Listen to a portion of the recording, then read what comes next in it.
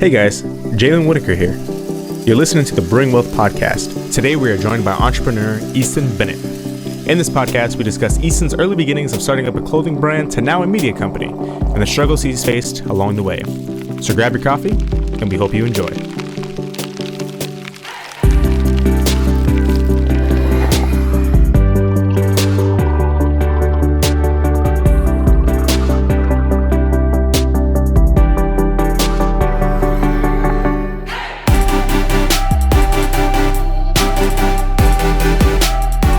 Let's talk about yourself. Okay. So introduce yourself.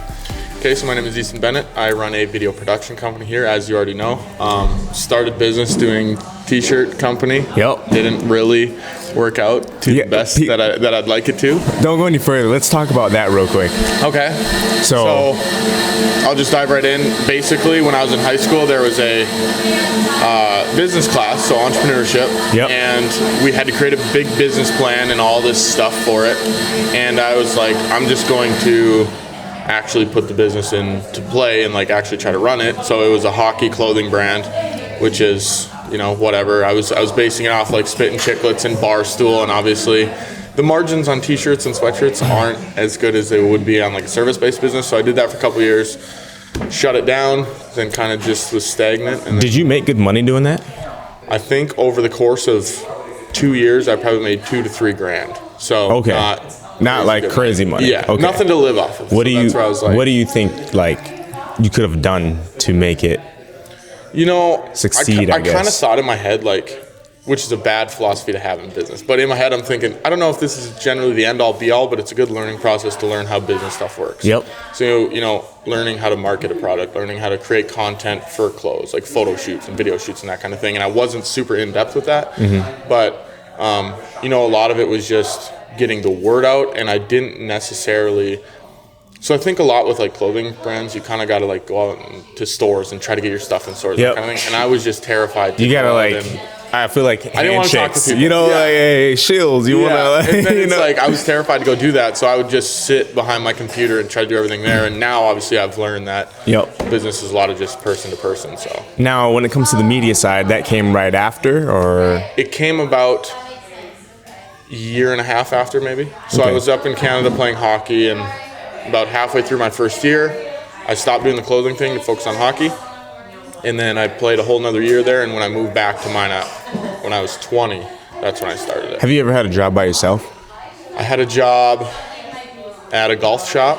Or I was going to say by yourself, but like working for somebody else. Yeah, so I worked at the country club, which was great, just like setting the carts up and then washing the people's clubs when they're done. And then that's probably all. Okay. I mean, yeah, I didn't work for people very much. I didn't really like it. That's kind of the reason why I think I feel wanted to start my own business. Yeah, and the biggest thing too is like, so throughout high school for me, I was working like one time I was at Caribou Coffee from like 4 a.m. to 7:30. Okay. And then I go to work, and then I had like, you know, from like 2:30 till 9 something, right? I'll go to Best Buy, you know, and then I'll go work there. And I kept on doing this repetitively, you know. And weekends I'd work at the Y. And like, but in between that, I'd have like so many other like side jobs. And what I realized is somebody was like, yo, you had a lot of jobs. And like I sat back one day and I was like, you know, I think it's because I'm not good at working with other people. Okay. You know, that's why I just quit them. You know, and I realized real quick that like, maybe I should try this by myself. Yeah. You know, and I've done my business for like, I don't know, since February, so over 5-6 months. Yeah, there you go. And I mean, I did this longer than I worked at being a barista. So well, it's better. When you're doing it for yourself. Yep. You feel like you get more gratitude because if you finish something, it's like, okay, that's all me. Yep. And it goes back to like the 9 to 5 thing is like, you know, you ever seen that, like the expo marker? I seen this guy, he put an expo marker down and he put the paper on top of it. Okay. And then he was like 9 to 5 and he like flicks it and then like, boom, everything's gone. So it made me realize like, oh, it's actually a little bit more riskier to have a 9 to 5 than to like work on your own stuff, you know, because you account on yourself. It's more risky in the beginning for working by yourself. Yeah. But the whole thing's risky when you got 9 to 5. I don't understand though, like what's the risk? You know, I'm still trying to figure that part out. Is it like because you have to take out for working loans on your own and money? Well, obviously, I would say the risk for it is that when you first start, you're probably not going to be making as much money as when you're 3, 4, 5 years down the road. So having that cushion, depending on where you're at in life. Obviously, I was lucky because I was living at my parents' house, didn't have any bills, didn't have any of that, so I could just go for it. But, if you're 26 and you're like, I got to start this job or I got to start this new venture, and, you just quit your job and you have no income, then it might be a little bit harder. That's where the risk comes into play. But, I think in anything, if you just work for it, eventually it's going to come. Now, how do people view you after starting the media company? It's a great question. I haven't asked a ton of them, but I would think... I know a lot of people in the beginning were kind of skeptical, like, that'll never work. Yep. Because same way. As bad as it sounds, like, it's not like people don't want to support you, but they're just kind of skeptical in their minds, like, start their own business because it sounds so scary to everyone. And obviously, for the first 8 months, it wasn't great, but... And if you guys didn't know, we're in Minot, North Dakota, which is like 2 hours away from Canada. And, like, if you start a media company up here, it's like... What's a media company going to do in Minot, North Dakota? North Dakota is so far behind everything. Yeah. So it's like, I feel like when I first, talked about it, they were like, you're going to make TikToks for a living? That's the plan, If I can. If I can, why not? It's better than pushing papers. Exactly. It's like, so you're going to do that for a living? And I'm like, that's exactly what I'm going to do, but I'm going to actually manage your TikToks, and like, that's the service. And, I started off with the phone. Did you know that? What's that? I started off with the phone. Okay, I think I remember you telling me that. Yeah, we met, like, when did we meet? Like, April or March? Yeah, it was probably 4 or 5 months ago. In there. So, like, you were here when I first started, and I don't even think I had, like, a Sony camera at the time. Oh, yeah, I did. I remember us talking about it. You just told me that your setup was very minimal, and obviously we got all this now, which is... I can tell it's growing, so it's good. Oh, yeah. And the funny thing is after I said that I got a Sony, I was following you on Instagram, and 2 weeks later, you were like, hey, guys, I'm switching to a Sony. And then you were like, yeah, right. I was like, is that out to me or what? Well, yeah, and it's funny because, like, obviously not a lot of people know if you're not in the camera industry, but there's always that, like, internal beef. And it's like, I don't care at all. Use whatever camera you want, but I just play into it sometimes. Yeah. I mean, I like Sony. I don't know. Oh, they have... great cameras. I'm not saying that at all. Only thing about Canon is it's so much easier to use. Yeah, and I think that's the only reason I use Canon. I've never ever used anything else. I never filmed a video with a Sony. So like all this slander I put on Sony, probably unwarranted. But it's funny here and there. But yeah, I probably shouldn't say they're that bad because like I've never used one. So I really can't comment on it. But it's and then. Even though we're filming with the Blackmagic, I feel like Blackmagic is like a wannabe Canon. Oh, yeah. A little bit. I always say they're all wannabe Canons. I mean, we started by Nikon. That's just like, I don't think they're still around. No, and everything has its intended use. Like Sony's great in low light. Canon's known for their autofocus. I know Sony's caught up with that lately, but and then Blackmagic is obviously 6K in a tiny ass package. I don't know if you can swear. I accidentally said ass. No, you cut it out. But Blackmagic is 6K in that tiny package, and that might be for more narrative work like short films, that kind of thing. So everything has its own use, and I shouldn't slander camera companies, but I do. So they're doing until one day we get sponsored by them, then. Exactly. If I'm like Peter McKinnon one day and they're just sending me new Canon cameras, then I'll spread my allegiance there. This next question. Okay, so who is one person that has influenced you in life, especially with business and your entrepreneurship goals? And it doesn't have to be somebody close. It could be somebody like, I don't know, Gary Vee or something like that. And that's actually the first person that came to mind. I know when we first met, we talked about this, is that it's kind of a cliche answer because he inspires a lot of business people. But when I was starting that clothing company when I was 17, 18, I watched every single one of his videos every day. He used to have the Daily V, I think it was called. Daily V, And I would watch every single one. It was almost like a routine. Like I'd go home from school. I'd sit down, turn on YouTube, watch the 20-minute episode.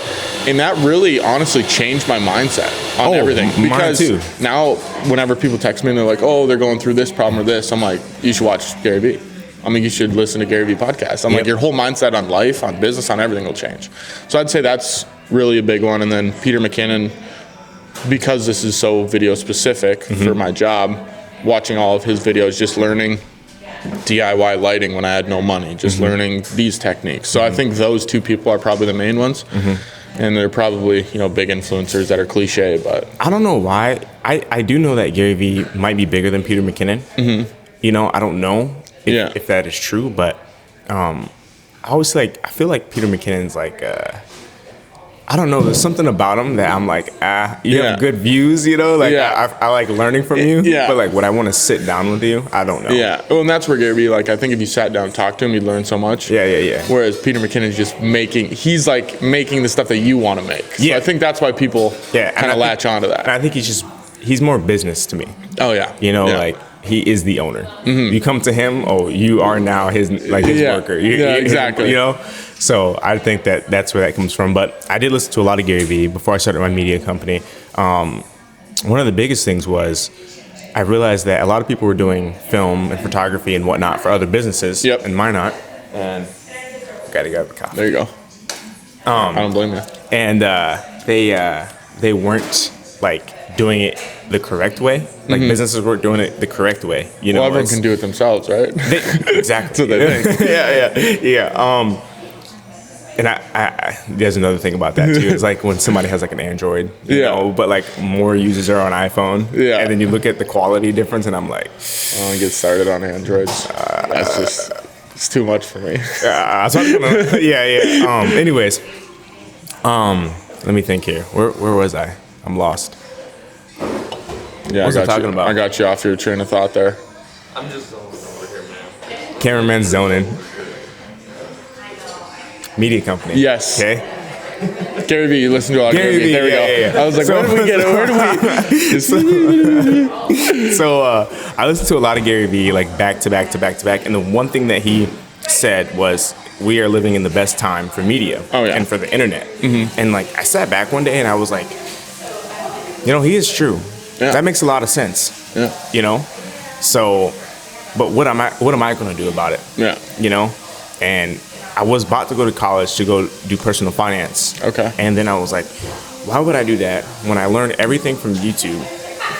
I could just do it myself and then take people on the journey with me, So, and then I was like, okay, I need something else to do though. That's not gonna make me any money. That's like a hobby, By the way, I'm living out on my own now. Okay, there you go. I already had my own job. That's awesome. But I ended up quitting all my jobs to go for it, and that's where that risk part comes into play, like we were saying. Mm-hmm. I recently got a full-time position, a raise and all that, and then a couple months later I was like, nope, I'm done. Yeah, I'll just go part-time. You just gotta send it. That's where it's I don't know, that's where it gets scary. That's what I never had to go through, so I can't experience that, but that's even what Gary Vee talks about a lot, is sometimes you just gotta go for it. And I respect people that do that, so good for you. Yeah. I obviously was privileged enough to not have to do that and just ride it out until it was working. Yep. But I didn't realize too about business is you make it people make it seem like, you're gonna make money right away. Yeah. Now false. No. Dude, not even broke as shit. Oh yeah. It was bad. When I started, I think for the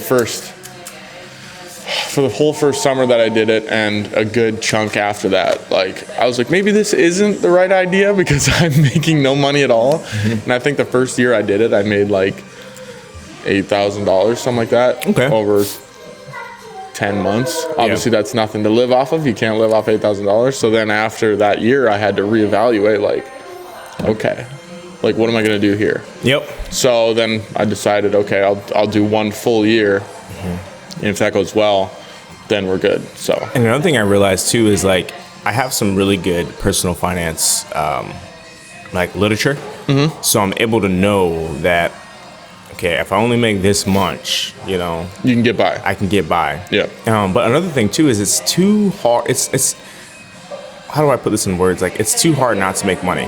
Oh yeah. I always say, when your back's against the wall, you're gonna find a way to make money. Because if you don't, what are you gonna do? Exactly. You're not gonna just not pay your bills and just go into. Yep. You're gonna find a way to make it. Yep. And I don't know about you, but I'm a weird ass dude. I get mad when someone say I am too. Yeah. Yeah. I get mad when people throw away cans. Okay. So I'll take their can and I'll take it home and put it in my recycling bin. Okay. Because then I could take it to the recycling place, and then they'll give me cash. Yeah. Like I'm not that weird, but yeah, that's my girlfriend always gets mad because when I drive up to the McDonald's, I'll look to the side because people drop quarters, pennies or quarters. Yeah, and I'll pick them up, and she's like, "Why do you do that?" Oh, yeah. I'm like, free money, yeah. Free money. Exactly. So like, I am pretty like weird like that, you know. Like you like that's a good mentality to have. Yeah, like I make $10 off of it a month. Yeah, that's $10.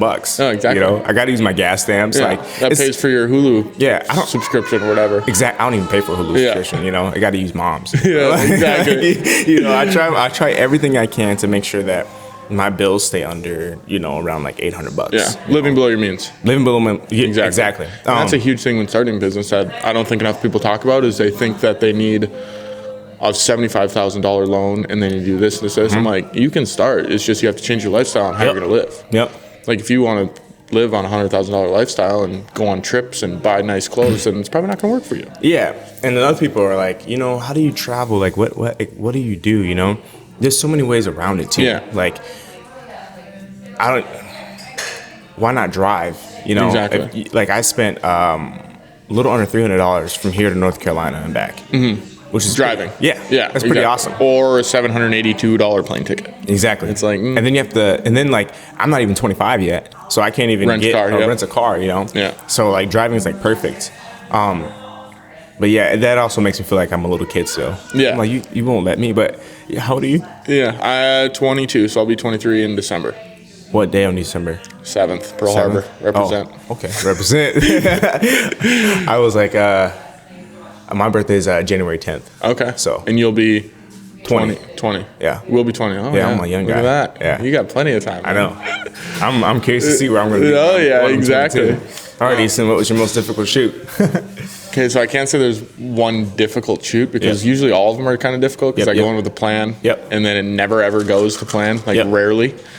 So all of them, you kind of have to find workarounds to how you're going to make it work. But I do remember one distinct moment. It was last summer in the middle of COVID, and I was looking at all the frames that I'd shot, and a lot of the stuff I do is interviews, and they all look. I've seen that. They all look terrible. So I was like, why did these frames literally look like the worst thing ever? Like, I forgot how to film. So then I was doing a bunch of research and pretty much just started from the basics of like, okay, why is this looking bad? And I talked to a bunch of film people online on Facebook and Twitter and all this. And that took me a good 2-3 weeks to figure out like how to film interviews again. So I'd say that's like the biggest roadblock where I was like, did you take any classes for film? Nope. So I took like 2 marketing classes, or I took an accounting and a marketing class when I was in Canada, just online. And then I just enrolled in a full-time filmmaker, it's called, which was $600 ticket. And that's like the guy with like Parker Walbeck. So and he's another one that's I'd say is like going back on the influencing Gary Vee, Peter McKinnon, Parker Walbeck, like that's the online film course that like if you're gonna do something, you can learn everything on there. So I watched that. Like it was $600, I think, and I was like, I don't know if I can. Can you learn it for cheap though? Does he get you by? Oh yeah, starting out with like everything. So he gets you from the basics of how to work a camera to lighting to how to run the business, everything. So that's nice. And like at the time, I was like $600. I can't afford $600. And this is kind of off topic too. Is like, do you feel like filming nowadays is going to get harder for people like us? Because like, look at the new iPhone 13 Pro. Max. And I think there's a place for both. I think the people that are willing to learn but don't want to invest in $25,000 worth of gear, if they can learn the basics and use their iPhone, they might be okay to get by surface level. But there's always going to be room for, the higher end commercials that go at the Super Bowl. Do you honestly feel like you can make a high end commercial with a phone? That's the big question, especially with the new one. Yeah, that is. I mean, ProRes and everything. Sure. Honestly, I think you have been for probably years, because there was a movie shot a couple years ago, and they shot it on iPhone 7s. So like they had 3 iPhone 7s with moment lenses in front of them, or I don't know if they were moment lenses, but they had some type of screw-on lenses in front of them, and they shot the whole movie on an iPhone. So it's like, and I think they used Filmic Pro, which is like a filmmaking app, and they shot a whole movie on there, and it was like blockbuster, went in theaters and everything. So I think we're at that time where obviously you can. It's just, do you want to? You know what I mean? For people that don't have access to bigger, better cameras, that kind of thing, I think it's definitely a route to go. If you have an Android, that's tough. But I still think there's room for So, green messages. Yeah, green bubbles are the worst thing ever invented. I still think there's room for, there's going to be longer form documentary types or like mini docs or 5-minute videos. But are you gonna pick up that phone? The 13 Pro? I don't know yet. I think I will. I got a text the other day that said you're eligible to pre-order it, and I was like, I'm gonna wait. Yeah. I'm gonna wait a little bit. I have the 11 Pro Max right now. That's what I got too. Yeah. So, and usually I switch about every 2 years, so I'm sure I'll end up getting it. I feel like I'm gonna like the 13 Pro Max. Yeah. But I don't know. We'll see. We'll see where we go. And that's where it's something I never really use my phone to film that much. But I do. Okay. Because with my I got to the point now where I was using my camera for the TikTok stuff. Yeah. But like 2 days ago, I was like, you know what? Let's just use my phone because I don't even have time to, Yeah. And it's like you can still do it, you know. And I started this way. It's just like 95% of the videos on TikTok are iPhone, anyways. I know exactly. So it's just like, why not?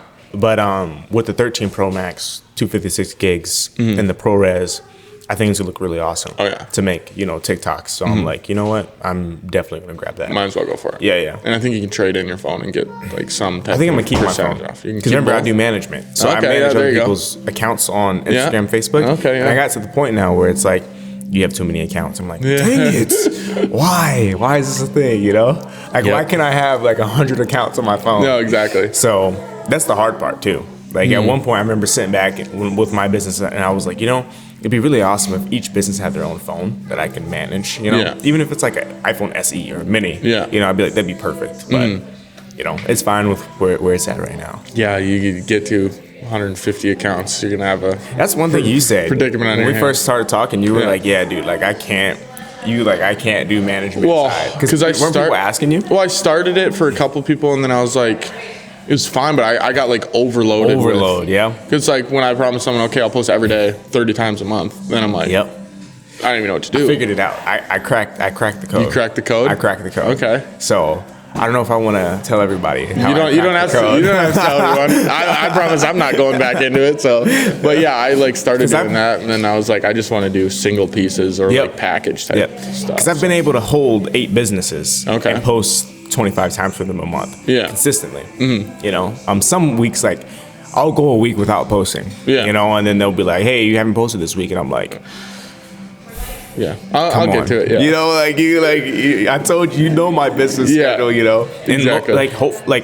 Most of everybody is really, really cool. Like even this place right here, like the owner of Magic Bean Brewing, she's awesome. You know, so she's, you know her, right? Yeah, Jayla, yes. Didn't you film here?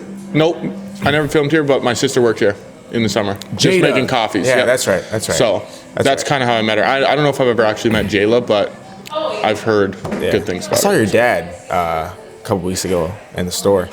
He was shopping for some meat. Which store?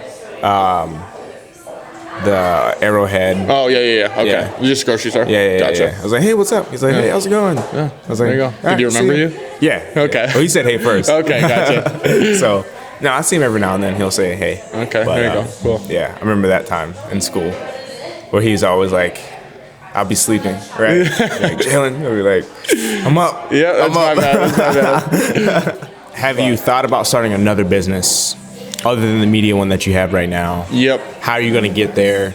So what are your chess moves? Everybody has a different chess move about life and about business. So what is yours? What do you want to start? What can we be, expected out of Mr. Bennett? Yeah, so a lot of times I don't say my exact plans, but obviously every day, like I'm writing down business ideas that I have and that kind of thing. And eventually there are other avenues I want to go down, whether it be teaching stuff or course stuff. Because I did like the filmmaking course I took, but a lot of it, stuff I didn't know was in it and that I wish was in it. So I think there's something I could add my piece into it there. But goal number one is I want to make Bennett Creative Media sustainable if I wasn't there for a month. Yep. So that's the plan for the next, couple of years. And then, if I get to 25, 26 and that's good to go, then, can start branching off into those things. And I also want to do more short films and documentaries and that kind of thing. The longer form stuff that generally takes forever. So I couldn't necessarily do it right now, but Are you going more ad? When you say that, you mean like more ad based or just more like for myself? Yeah. So like short films, for instance. Okay. Like we have this short film plan that I talked to you about here a couple weeks ago. Not making any money off of it. I'm actually spending more money than I'm making on it, obviously, but just a piece to have just for fun. And, you know, obviously if that leads to feature films one day, which is just so far out there, like it's hard to even comprehend that, but got to start somewhere and making like short films or short narratives or like maybe a 30-minute documentary on something of mine. See, and that's where I'm at too. Like one of my biggest goals too is like I want to make a short 30-minute documentary film on like American Express, which is like a credit card company that I'm like, I love them for one, you know, and like, it's like, how do I get to that point? But we're kind of on the same path. By the time I'm 30, I want to be done with Whitaker Media, and I want somebody else to, you know, handle it, give me my cut, and we're good to go. Do you want to move anywhere? I'm not opposed to it. I know, I think that comes when Bennett Creative Media is sustaining itself. If I need to live in Wisconsin, let's say. And would you want? Is that the place that you? No. Okay. I don't even think I've been to Wisconsin once in my life. Drove through it, and so basically, I'm not opposed to moving somewhere, but like I don't see a need to right now, just because I think if you move somewhere like California right now, it's like you're basically starting from scratch. So obviously that's good for some people, but I think if I can sustain something here that kind of runs itself, and then if I need to do more traveling or if I need to move somewhere, then I can. But for now, I just want to build this, see if I can build something. And if eventually this gets good and I want to go somewhere else, build something else totally in a different realm, whether that be in Portland, Oregon, or California, then whatever. Is Plug Hockey coming back? It was almost at one point, but right now it's just dormant. As in like this year coming back? I wouldn't say this year. It was like when we talked probably 4 months ago, that was the plan. But I had so much going on, and then I kind of just forgot about it until actually like a couple days ago I wore one of the shirts I feel like that's like a business that would like be like $100,000 a year. You'd think so if you put work into it, but Plug Hockey, it's like it's perfect. Yeah, but for my eye and North Dakota in general. And that's where the problem is. Obviously, like we talked about earlier, I didn't like put any work in it. Like I didn't go to any store. I think I was in Duffy's for like a little bit. Yeah. But that was almost, I don't know if that was like a pity. Like, yeah, well, sure, we'll do it. And obviously, thank you to Duffy for putting it in there. But you know, I didn't go to many places, and I didn't really go door to door and try to get stuff in there. So if it comes back one day, I don't know if I'll really be the face of it. Maybe someone I know, but yeah, right now, not in the plans for 2021. Maybe 2022. All right. I've started a couple businesses other than this one too. Okay. I did detailing for a little bit. Yep. I think you mentioned that. Yep. That was all right. It was all right. Do you have any qualms about that? First of all, I saw a TikTok one day. Yep. And it said, when you tell your friends you're going to start a business, and then they put up like different companies, and one of them was detailing. And I was like, bro, are you serious? You know, like, so I reflected on it too, you know, or like, what is it? A landscaping business, you know, it's just one of those businesses to me. Exactly. And you can make money, you know, and I realized I make money quick because it's like, oh, support the business, you know? But then it gets to a point where it's like settling in that like nobody wants to detail anymore, like this, you know? And, I just didn't see it as sustainable. Maybe I'm not doing it right, but... And a lot of those are tough to scale. They are. Like, there's only so much, like, a lot of them are so many, it's like hour-based, where it's, I can only work 10 hours a day, 12 hours a day. Yep. Obviously, you work more, but, like, eventually, if I fill all those slots for detailing, I'm just going to keep raising my prices or hire people, and it's like, it gets harder to scale that way. Oh, yeah. Whereas, if you're in a business like media, it's like, okay, there's endless possibilities. Yeah. I'm kind of a subscription-based type of person. Yep. You know, like you subscribe to Whitaker Media, no, and exactly. you get this. So and that's where like the hourly-based pricing, all that kind of stuff is like kind of goes out the door. Exactly. That's what I realized about media and like film and everything. Yeah. Is like they're paying you for your equipment and your creativity. The end product. The end product. You're not paying me if I sit in front of my computer for 5 hours or 6 hours. Yep. Because then I would just do it slower. Yep. I love it when I make, you know, say $1,000 for a 2-day project. I'm like, oh yeah, you know, that feels awesome. But like sometimes you get $1,000 project that might take you a week and a half. Yeah, exactly.